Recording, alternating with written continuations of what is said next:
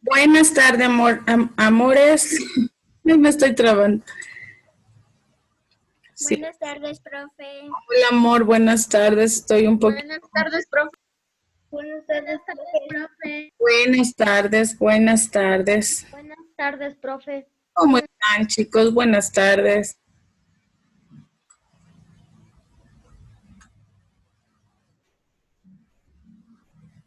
Buenas tardes, profe. Buenas tardes, amor. Buenas tardes, profe. Buenas tardes. Una preguntita, ¿puedo tener la cámara apagada? Es que mi internet es lento y cuando estoy con la cámara prendida se escucha trabado a todo. Ok, amor. Mateo Morales, por favor, no sé qué te causa tanta risa, mi amor. Tenga la bondad de estar quietito en su silla porque el resto de compañeritos también se inquietan. Buenas tardes, profe. Buenas tardes, amor.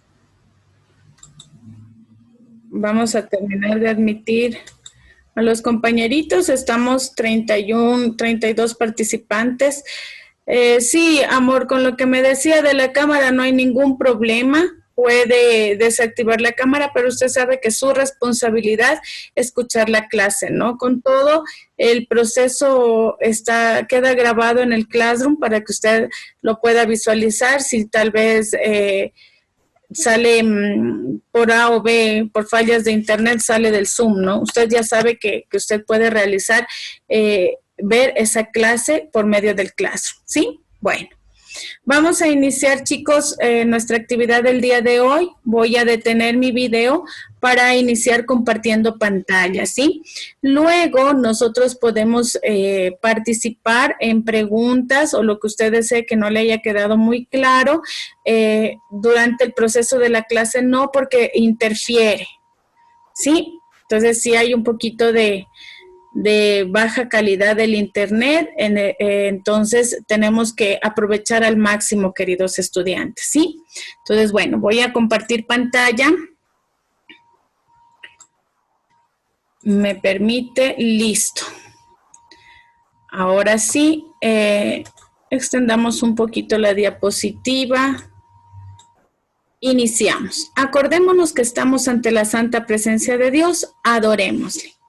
Una frase más de nuestro padre y fundador San Juan Bautista de la Salle para motivarnos en este día que aparte nos beneficia con este clima, ¿no? Pon empeño en volcarte a la oración, nos dice, ¿no? Ya sabes que de este ejercicio, quiere decir de la práctica secuencial de la oración, depende la bendición de Dios sobre los demás y que sirve también para traer sus gracias hacia nosotros. Muy claro lo que nos trata de transmitir el fundador acerca de lo que es la fe y estar siempre en oración, ¿no? Especialmente en los momentos difíciles, y tomemos en cuenta que lo que nos está pasando es algo difícil, ¿no? Entonces tenemos que estar siempre en oración, procurando el bienestar de todos, ¿no? Especialmente de la familia lasallista, que la conformamos todos los integrantes, docentes y estudiantes. Siempre tener presente y elevar esas plegarias por las personas que más necesitan, ¿sí? Bueno, iniciamos nuestro quinto parcial, Ecuador y sus desafíos. El primer tema que vamos a abordar es el Ecuador en el ámbito internacional, ¿sí? Y bueno, empezamos hablando acerca de la situación económica y social, ¿sí? Este punto es bastante tocado, ha sido bastante tocado en estos temas últimos que hemos tratado debido a la situación que se formó, como dice ahí, en los últimos 20 años del siglo XX, ¿no? Entonces vamos a ir primero desenvolviendo cuál fue la situación económica y social. ¿Cómo les he rogado, chicos, que estén de forma puntual en las clases para evitar las interrupciones? Pero bueno. Listo. Entonces nos habla acerca de esta situación económica y social que no fue muy favorable, ¿no? Nosotros no contábamos con un respaldo que le diera seguridad al resto de países de nuestra economía, ¿no? Y en realidad que nuestro desempeño social era muy caótico debido a la situación que se formaba en las calles y en distintos sectores que tenían alguna vinculación con el gobierno, ¿no? Con los gobiernos de esas épocas, ¿no? Entonces sí, realmente era algo bastante que tenía mucha tela que cortar, digámoslo así, ¿no? Porque las situaciones que se venían dando era una secuencia de malos gobiernos, ¿sí? Como bien dice, empeoró los últimos 20 años del siglo XX. Así fue. Esta situación económica y social en el Ecuador fue empeorando de manera procesual, ¿no? En cada situación que había o que resultaba en cada gobierno era lo que la consecuencia, era la problemática que nos dejaba por estos malos manejos, ¿no? Durante, como dice, los últimos 20 años del siglo XX. La prensa mundial en este sentido ya hablaba sobre este deterioro de la calidad de vida en nuestro país debido a lo que se exteriorizaba, ¿no? La gente migraba y por ende resultaba que a los países que los acogían estos migrantes se encargaban también de averiguar por qué la migración, por qué el hecho de abandonar un país como el Ecuador, ¿no? Y al mismo tiempo tenían su propia visión, ¿no? Por esta serie de conversas, digamos, entrevistas que se lograba con la gente ecuatoriana que migraba al exterior, ¿no? Porque la calidad de vida era bastante precaria. Esto evidenciaba una sucesión de marchas y protestas en nuestro país en contra de todos los gobiernos de los 80 y 90, ¿no? Y en base a esto se originaron los golpes de Estado, ¿no? Eso simplemente como para empezar el tema de ahora, el por qué nosotros perdemos credibilidad internacional, ¿no? Esta era la razón más fuerte, el hecho de que la gente, la población entera no estuviera de acuerdo con muchas de las situaciones que surgían del gobierno y manifestarlo por medio de marchas y protestas ya era un descontento social, ¿no? Entonces era por eso que nuestro país perdía internacionalmente esa credibilidad, ¿no? Esto hizo que el Ecuador fuera considerado poco atractivo para invertir. ¿Por qué? Porque las grandes empresas, cuando quieren crecer, buscan países donde hacer negocios, ¿no? Y lo hacen en naciones con buena situación económica, donde el Estado apoya la inversión, ¿no? Y el Estado al mismo tiempo le brinde o se puede obtener las leyes claras para llegar a estas negociaciones. Ahora, yo les digo una cosa, es como usted, cuando quiere, o su papá o su mamá, si podemos poner el ejemplo con personas adultas, quieren emprender un negocio, ¿sí? Digamos, van a emprender un negocio de calzado. Y hay una empresa que le está ofertando el producto. Le dice, mire, yo tengo calzado para que lo venda a tales precios y demás. Pero esta empresa está en quiebra. Y su papá y su mamá se entera que esta empresa está en quiebra, que no tiene un respaldo económico. ¿Usted cree que la empresa, que su papá va a invertir en esa empresa en quiebra? Alguien que tal vez, Ricardito Monteros, dígame usted, mi amor, abra su micrófono. ¿Puede abrirlo? Si no puede, a ver, le abro yo el micrófono. Profe. Dígame, amor. No le entiendo nada, profe. Se le escucha todo entrecortado y me está saliendo de la clase y se me está volviendo a entrar. No, mi amor, ahorita está el internet muy bien.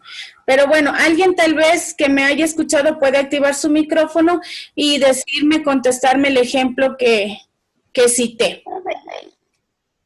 A ver, Isabela. No va a perder porque si no va a perder todo y le van a sacar y después no va a tener trabajo. Va a tener que hacer todo. Exacto, muy bien, aunque se te escucha un poquito entrecortado, Isabelita, pero el ejemplo que cité fue que si el papito cuando quiere hacer un negocio y hay una empresa en quiebra que le oferta el producto, mi pregunta era, ¿cree usted que su papito va a invertir? Isabelita dice que no es posible porque luego se va a sentir perjudicada la persona al no tener a lo mejor respuesta económica del producto que está vendiendo, ¿no? O a lo mejor puede haber alguna falla con la empresa que no le permita continuar con el negocio, ¿no? Eso era lo que pasaba y la idea que daba el Ecuador. Como no estaba muy equilibrado en su economía y la situación social era caótica, nadie podía apostar por una intervención comercial con ellos, con nosotros, ¿no? Bueno, esto fue fundamental para las decisiones que se tuvieron que tomar en el Ecuador, ¿sí? Y al mismo tiempo este proceso de negociar es un proceso bastante importante dentro de los países, ¿no? Ustedes saben que el comercio exterior demanda la productividad de un país, ¿no? Para exportar sus productos y de eso tener una ganancia para la estabilidad del país. El Ecuador no tenía esa oportunidad en aquel momento, ¿no?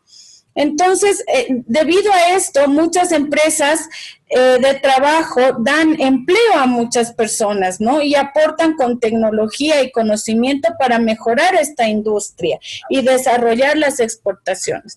Pero el Ecuador no tenía, lastimosamente, como vuelvo y repito, esta oportunidad, ¿no? Entonces, ¿por qué? Porque el Ecuador vivió una situación caótica, de crisis, ¿no? De desesperación, digámoslo así. Durante las 2 décadas finales del siglo pasado y los primeros años del siglo XXI, que data de 1996 al 2007.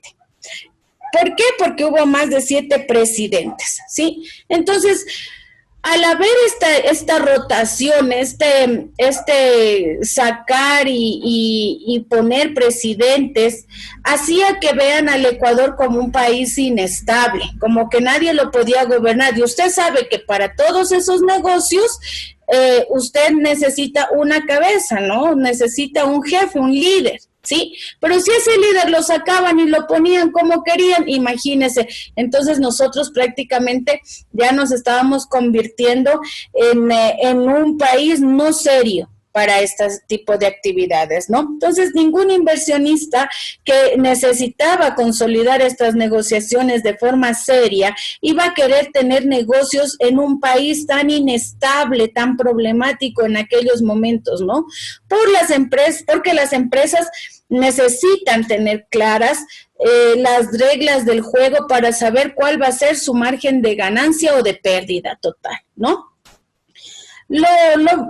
Hubo alguna situación complicada, ¿no? Nosotros tomamos en aquel momento las medidas neoliberales, que ya hemos hablado acerca de esto, simplemente como para citar, ¿no? Un poquito, ¿no? Que estas se aplicaban únicamente con un objetivo, de atraer la inversión extranjera, ¿sí? Y al obtener esta inversión extranjera, por ejemplo, dando garantías jurídicas, papeles, digamos así, firmados de qué pasaría si no llegamos a cumplir tal o cual disposición, algo así más o menos, ¿no? A las empresas para dar esta credibilidad. De lo contrario, solamente de palabra o viendo a lo mejor nuestra situación, no nos creían por todos los inconvenientes que teníamos, ¿no?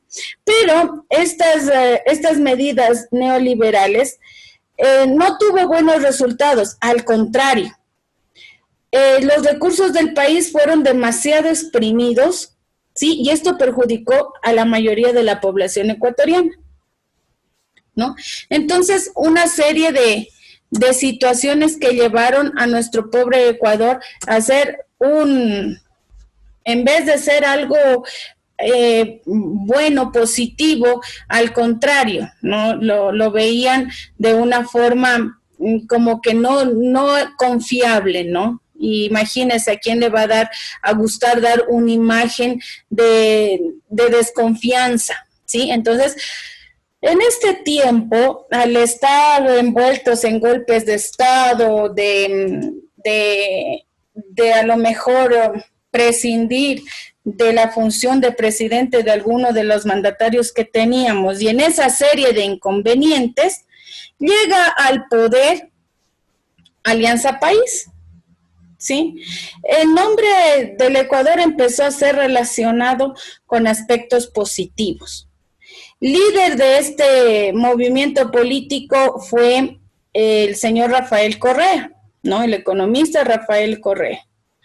Y él empezó con una serie de procesos que le dio un despunte a la economía interna, ¿sí? Gracias a los buenos precios en el mercado de los principales productos que exporta el Ecuador. Le vino a dar un realce a esta situación. Acordémonos que antes del señor Rafael Correa, como les decía, había un gran ir y venir de presidentes derrocados, con golpes de Estado y demás. El señor Rafael Correa, al quedarse como representante de nuestro país, asumió el reto por algunos años, ¿no? Y no se veía este ir y venir de personajes que lideraran el país, sino se mantuvo. Y al mantenerse fue un aspecto positivo para que él pudiera tener una secuencia de todos sus proyectos dentro de todos los campos, ¿no?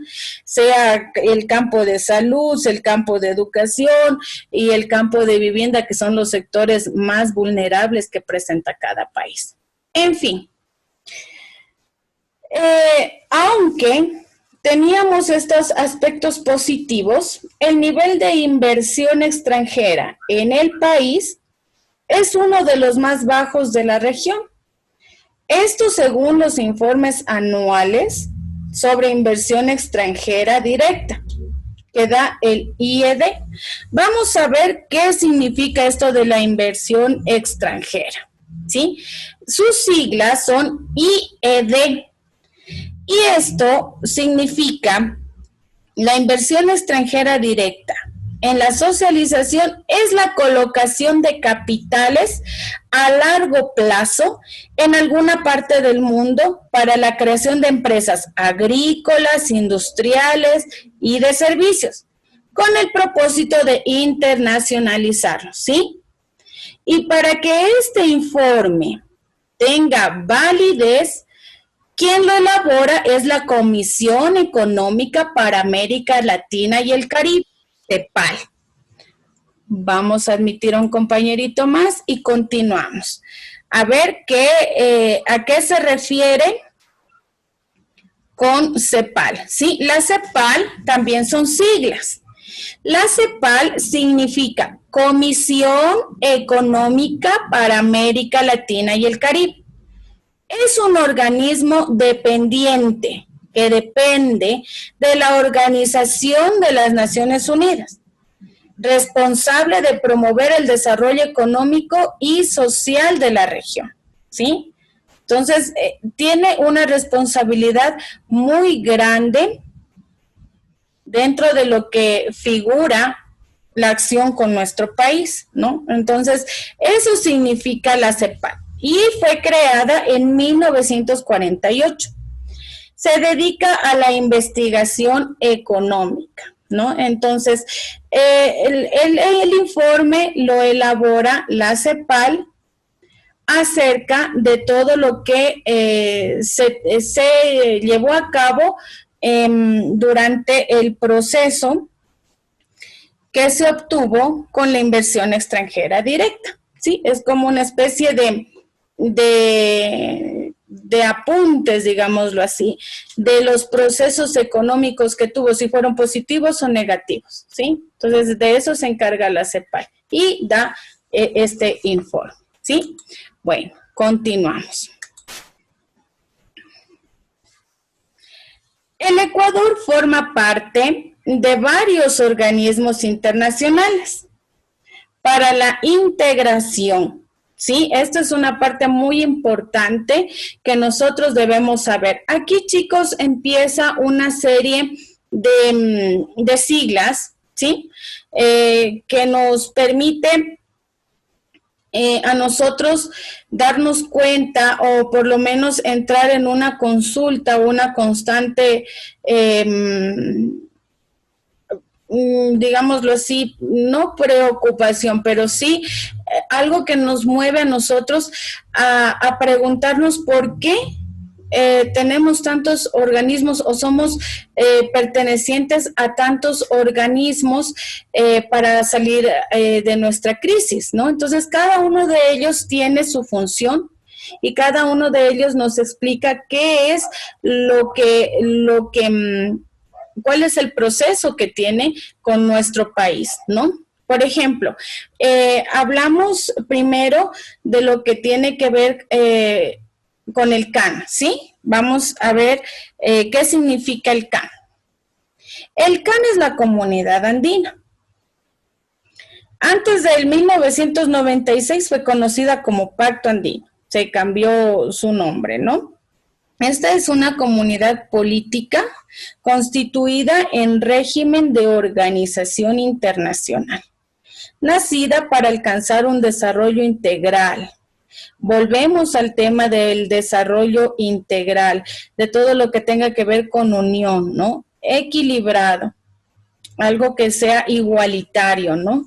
Mediante la integración andina, con proyección hacia una integración sudamericana y latinoamericana. Se dice que la unión hace la fuerza, ¿no, chicos? Entonces, eso es lo que prácticamente requiere o en ese tiempo quería el Ecuador unirse a un grupo de países para poder llevar a cabo muchos procesos que ayuden a su economía, pero solo no podía, ¿sí? Entonces tenía que unirse a estos organismos para entre todos, conjuntamente con un grupo, digamos así, de reglas, de normas, de indicaciones, llevar adelante un proceso igualitario. En esto podría tener que ver también educación, a lo mejor tener una relación más directa con lo que es la educación de América Latina para beneficio, ¿no? de todos sus pobladores, inmiscuidos algunos países de América Latina, ¿no? Entonces, como vuelvo y repito, esta situación dejaba ver demasiado la impotencia que tenía el Ecuador de salir solo adelante y al contrario tener que verse en la necesidad de estar inmerso en estas organizaciones, ¿no? Y principalmente la situación para llevar a cabo esta serie de manejos era tener una equidad, hacerlo todo en base a la paz para no generar conflicto entre países y demás, ¿no? Por eso que hay un país, Venezuela, que recién tuvo que desunirse de estas organizaciones porque prácticamente dejó en claro que no es de su interés mucho esto de la paz, ¿no? Vemos últimamente que es un país bastante conflictivo por todos los procesos que ha tenido últimamente, ¿no? Entonces sí deja mucho que pensar. Bueno, aquí acabamos nuestra primera intervención para ir a un receso. ¿Sí? Y en unos minutitos nos volvemos a ver, chicos, con preguntas si tiene. Y terminaríamos la clase, concluiríamos el tema y les explicaría un poquito lo que es la tarea, ¿no? Entonces los espero, chicos, en unos minutos. Por favor, sean puntuales y ya nos vemos en poquito tiempo.